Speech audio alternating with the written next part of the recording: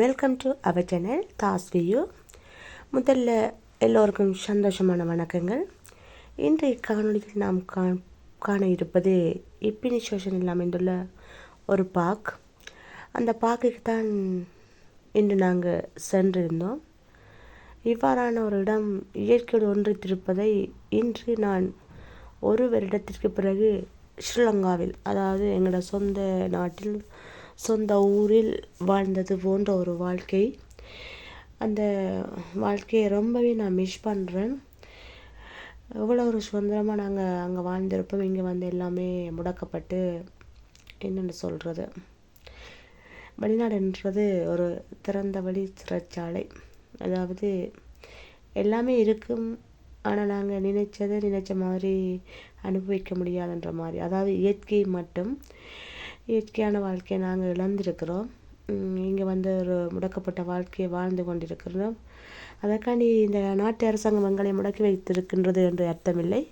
இயற்கையோடு ஒன்றித்த வாழ்க்கையை நாங்கள் தொலைத்து விட்டோம். புலம்பெயர்ந்த நாட்டில் நாங்கள் வந்து எல்லாம் முடக்கப்பட்ட ஒரு சந்தோஷமான வாழ்க்கையை இழந்து ஒரு இயந்திர வாழ்க்கைக்குள் தள்ளப்பட்டிருக்கின்றோம். அவ்வளோதான்.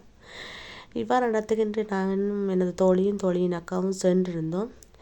ஒரு ரயில் பயணம், அழகிய ஒரு இயற்கையோடு ஒன்றித்த ஒரு ரயில் பயணம். உண்மையாகவே ஒரு கிளிநொச்சி அந்த அப்படியான இடத்துல இருந்து ஒரு ரயில் புறப்பட்டு போகிற மாதிரி தான் ஒரு ஃபீல். உண்மையாகவே நான் மறுபடியும் ஒரு கிராமிய வாழ்க்கை, அந்த ரயில் பயணம் எல்லாம் நாங்கள் ஸ்ரீலங்காவில் இருந்த மாதிரியே இருந்துச்சு. மீண்டும் ஞாபகப்படுத்தி கொண்டே இருந்தேன். இந்த இடத்துல வந்தால் இன்றைக்கி சரியா ஒரு வருஷம். இந்த ஒரு வருஷத்தில் இழந்தது, இயற்கையோடு இணைந்த வாழ்க்கையை இழந்து இன்றைய ஒரு வருடம் சரியான ஒரு மனவேதனையான ஒரு இக்கட்டான ஒரு வாழ்க்கை முறையாயினும் அது பழக்கப்பட எங்களுக்கு நாட்கள் தேவை. பழக்கப்படாதால் எங்களுக்கு அதை இழந்தது பெரிய ஒரு விஷயமாக தான் இருக்குது. அப்படி ஒரு வாழ்க்கையை வாழ்ந்து கொண்டிருந்த எனக்கு இன்று புதிதாக ஒரு இடம், பச்சை பசேரண்டு சிவத்தம்மன், எங்களோட வீட்டு ரோட்டு, அந்த கிராமப்புறங்கள் இருக்கிற அந்த ரோட்டு மண்ணை இன்றைக்கி பார்த்ததில் மிகவும் அது ஒரு உண்மையாகவே ரொம்ப மிஸ் பண்ணிட்டேன். அந்த இடத்த அப்படியே நின்றுட்டேன். ஒவ்வொரு இடமும் போக என்னடா இது, நம்ம ஊரை விட்டுட்டு வந்துட்டோம், நம்ம ஊர் மாதிரியே இருக்குது அந்த மண், அந்த இதுன்னு மண்ணெல்லாம் அப்படி கையால் அள்ளி பார்த்தேன். ஏன்னா சரியாக மிஸ் பண்ணுறேன் நான் அந்த இடத்த. பாருங்க, ரோட்டெல்லாம் குண்டும் குழியுமாக தண்ணி தேங்கி, நம்ம ஊரில் அப்படித்தானே காணும். அப்படியான இடம். மீண்டும் எனது கிராமத்தையும் எனது நாட்டையும் நான் மிஸ் பண்ணுறேன். ஆறு வந்து இந்த பார்க்கை சுற்றி ஆறு ஓடிக்கொண்டிருக்கிறது. அதான் இந்த பார்க்க குறித்த பெரிய அழகு. ஃப்ரான்ஸில், அதுவும் பாரிஸில் கடல் இல்லை, ஆறு மட்டும்தான். ஆறு ஓடிக்கொண்டு தான் இருக்கும். பார்க்குறதுக்கு மிகவும் அழகாக இருந்துச்சு அந்த இடத்த. கடலெல்லாம் அவுட் ஆஃப் பாரிஸ் பக்கம் அப்படி அந்த போகணும். அங்கே போனால் தான் கடலை பார்க்கலாம். இல்லாட்டி இப்படி ஆறுகளை மட்டும்தான் நாங்கள் இங்கே பார்க்கலாம். பாரிஸில் வாழ்கிறவங்களுக்கு இது மட்டும்தான் பார்க்க முடியும். இப்படியாக நாங்கள் அந்த இடங்களை பார்த்து கொண்டு போகல உண்மையாகவே சரியான ஒரு அந்த என்னோட இயற்கையோடு ஒன்றித்த வாழ்க்கை. அதோட ஒரு நாள் என்றாலும் இயற்கையான சுவாச காற்று, இயற்கையாக எல்லாத்தையுமே அனுபவித்த அந்த மரங்களூடாக வீசுகிற காற்று, அதனூடாக நாங்கள் சுவாசிக்கிறோம் ஆக்சிஜன் அந்த எல்லாத்தையுமே இயற்கையோடு ஒன்றித்து நாங்கள் இன்றைக்கி அந்த இருந்தது. உண்மையாகவே நல்லா தான் இருந்துச்சு. உண்மையாகவே நல்ல ஒரு இடம். சந்தோஷமாக இருந்தேன், எல்லாம் மறந்து இன்றைக்கி சந்தோஷமாக இருந்தேன். ஏன்னா ஸ்ரீலங்காவில் மீண்டும் போய் வாழ்ந்த மாதிரி எப்போ போகிறோமோ அங்கங்கே எப்போ கிடைக்கும் அந்த வாய்ப்பு, அது கிடைக்குமா கிடைக்காதுன்னு கூட தெரியாது. இப்படியான இடங்களில் வந்து அந்த மன இயக்கங்களையும் இதுகளையும் நாங்களே சரி செய்து கொள்ள வேண்டியதுதான். அப்படியே நடந்து போய்கொண்டிருக்கிறோம். அவ்வளோ பெரிய பார்க். நடக்கிறோம் எங்கே நடந்து கொண்டே இருக்கிறோம். அக்கா அப்பவும் வீட்டிலேருந்து வழி கிடைக்க எங்கள் 2 பேருடையும் கேட்டவா, ஒரு இத்தனை மணித்தியால் நீங்கள் தொடர்ந்து நடப்பீங்களேன்னு. நாங்களும் பெரிய எருமாப்பா, அதெல்லாம் நாங்கள் நடப்போம் அப்படி என்று பெரிய ஒரு எருமாப்பான்னு திமிராயின்னு சொல்லிட்டோம். அப்போ நடந்து போய்க்குள்ள தான் தெரிஞ்சுது எவ்வளோ பெரிய பார்க்க. ஒரு 2.5 மணித்தியால் 2 மணித்தியால் நடக்கிறோம் ஓய்வு இல்லாமல். பாருங்க, திரும்ப அந்த புகையில தான் போனது, திரும்ப வருது. உண்மையாக அந்த சின்ன பிள்ளைலாம் அவ்வளோ சந்தோஷமாக போகிறாங்கண்டு. இதுதான் நாங்கள் வாழ்க்கை. இப்படி ஒரு வாழ்க்கையை தான் நாங்கள் மிஸ் பண்ணிட்டோம். இங்கே வந்து எப்படியாவது ஒரு நாள் மாதத்துல இருக்காவோ 2 தினமோ இல்லாட்டி 3 மாதத்துக்கு இருக்கா வந்து பார்த்துட்டு போக வேண்டியான். இது இயற்கை வயல்வெளி. வயல் கரையெல்லாம் போய் குளித்து அந்த வயல் தண்ணிகள் அதுகளில் பார்த்த மாதிரி ஆமையும் வளர்க்கினம் போல இருக்கிறதில்ல. நல்ல பெரிய பெரிய ஆமைகள் பார்க்குறதுக்கு அப்படியே இங்கே ஒரு இடத்து இருந்துச்சுன்னா பார்த்து சந்தோஷம். இதெல்லாம் வயல்கரையில் போய் இந்த நெல்லுகள் விளையிற இடத்துல போய் குளித்த அந்த ஞாபகம், பசுமையான ஞாபகங்கள் மறக்க முடியாது தானே.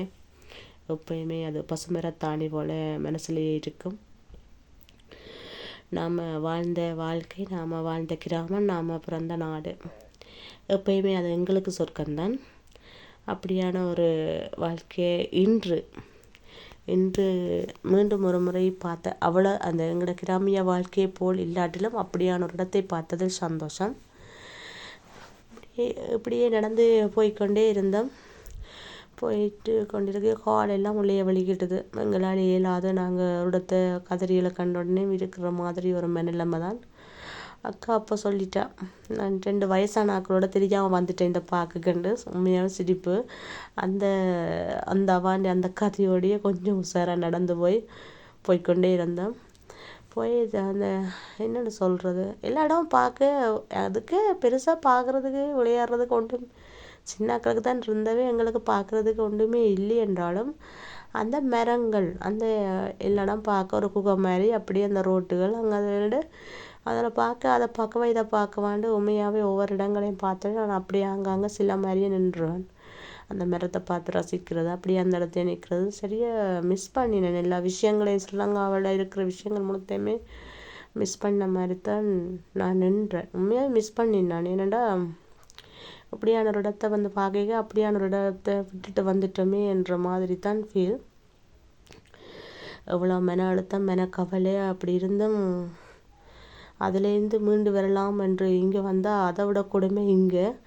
ஏனெண்டா இங்கே வந்து வெளிநாடுன்னு சொல்கிறது, வெளிநாடு பார்க்குற வைக்கிறது, வெளிநாடு உள்ளுக்க வந்தால் தான் தெரியும் அது எவ்வளோ பெரிய ஒரு கொடுமையான இடம்.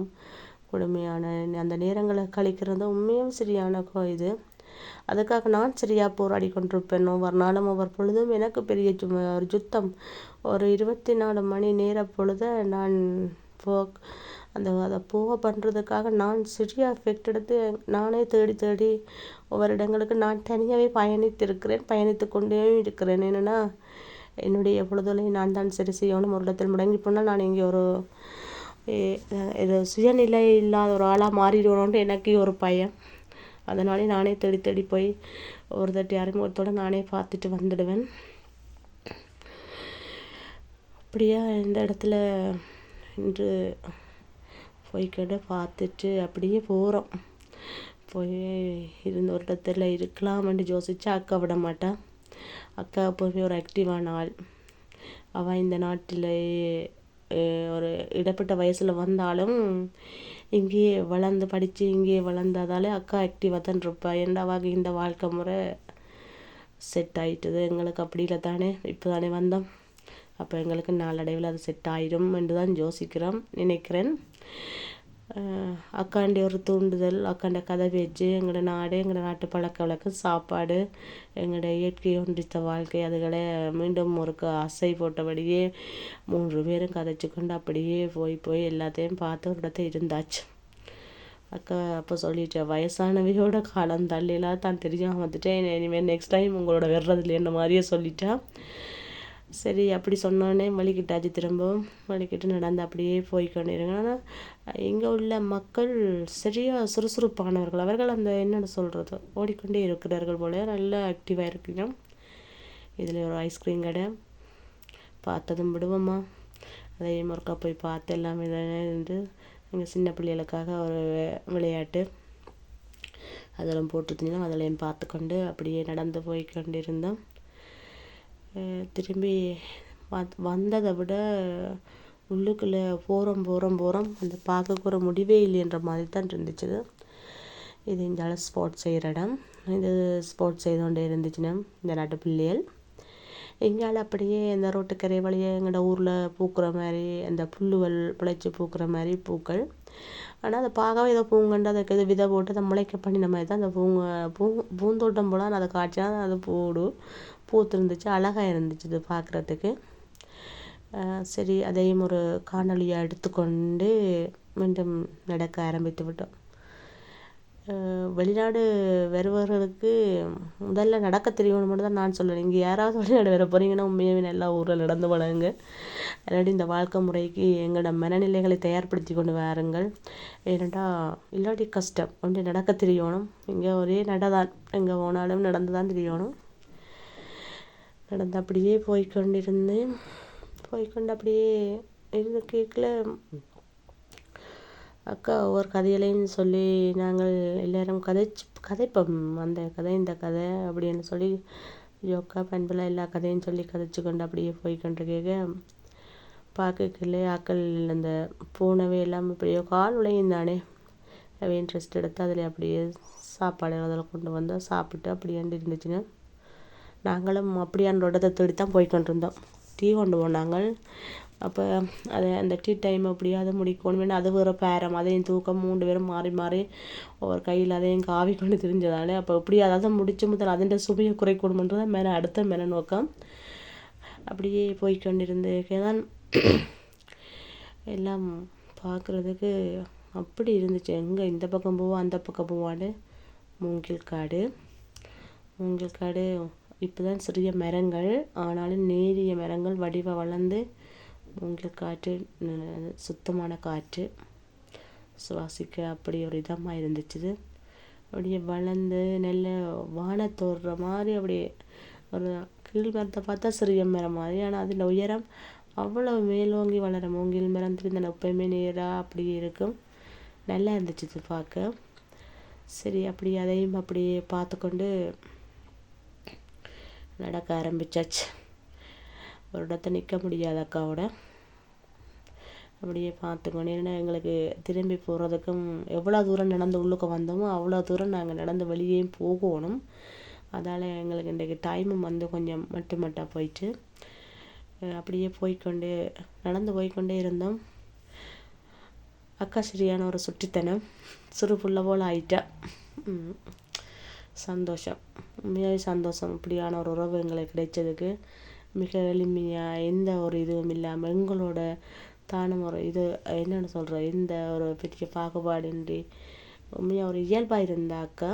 அதுக்கு முதல்ல நன்றி சொல்லணும் அக்காவுக்கு. இப்படியான ஒரு இடத்தை கொண்டே காட்டி பொறுமையாக எங்களுக்கு நடக்கவே முடியாமல் இருந்தபோதும் வீட்டிருந்து எங்களை கூட்டி சண்டையிலலாம் காட்டி இந்த மரத்தை கண்டனும் உண்மையாக விடுவோமா, ஊரில் ஏறி விளையாடின ஞாபகம் எல்லாம் வந்துட்டு ஏரியெல்லாம் இருந்தோம். ஆனால் காணொலி தான் எடுக்கவில்லை. ஏரியெல்லாம் இருந்து அதிலேருந்து கொஞ்சம் ரிலாக்ஸ் ஆகிட்டு தான் போய் திரும்ப நடக்க வலிக்கிட்டு நாங்கள் அப்படியே நடந்து போய்கொண்டிருந்து இடத்துல டீ குடிக்கிறதுக்கு ஒரு இடத்த செட் பண்ணி இருந்துட்டோம். என்ன டீ குடிக்க ஆயிட்டோம். டீயும் குடித்து வடையும் கொண்டு போனாங்க. வடையும் சாப்பிட்டுட்டு அடுத்த கட்டமாக திரும்ப வீட்டை போகிறதுக்கு வெளியில் எப்படியோ உள்ளே போனாங்க. வெளியே எவ்வளோ தூரம் நடக்கணும் அப்படி நடந்து கொண்டு பார்த்துட்டு நடந்து போய்கொண்டு இருந்தால் அப்படியே வெளியில் போகிறதுக்கு வெளியே எப்படி உள்ளே வந்தோமோ அதே மாதிரி வெளியிலையும் போகணும். இப்படியான ஒரு இடத்த என்னை கூட்டி சென்று காட்டிய அக்காவுக்கு மிகவும் நன்றி. அத்தோடு இப்படியான ஒரு சூழலில் இன்று வாழ்ந்து பார்த்தது எனக்கு மிகவும் சந்தோஷம். மீண்டும் எனது இயல்பான கிராமிய வாழ்க்கையை ஞாபகப்படுத்திய இந்த இடத்திற்கு, இந்த உறவுகளுக்கு எனது மனமார்ந்த நன்றிகள். மீண்டும் இப்படியான ஒரு காணொளியில் சந்திக்கும் வரை உங்களிடமிருந்து விடைபெறுகின்றேன். நன்றி, வணக்கம்.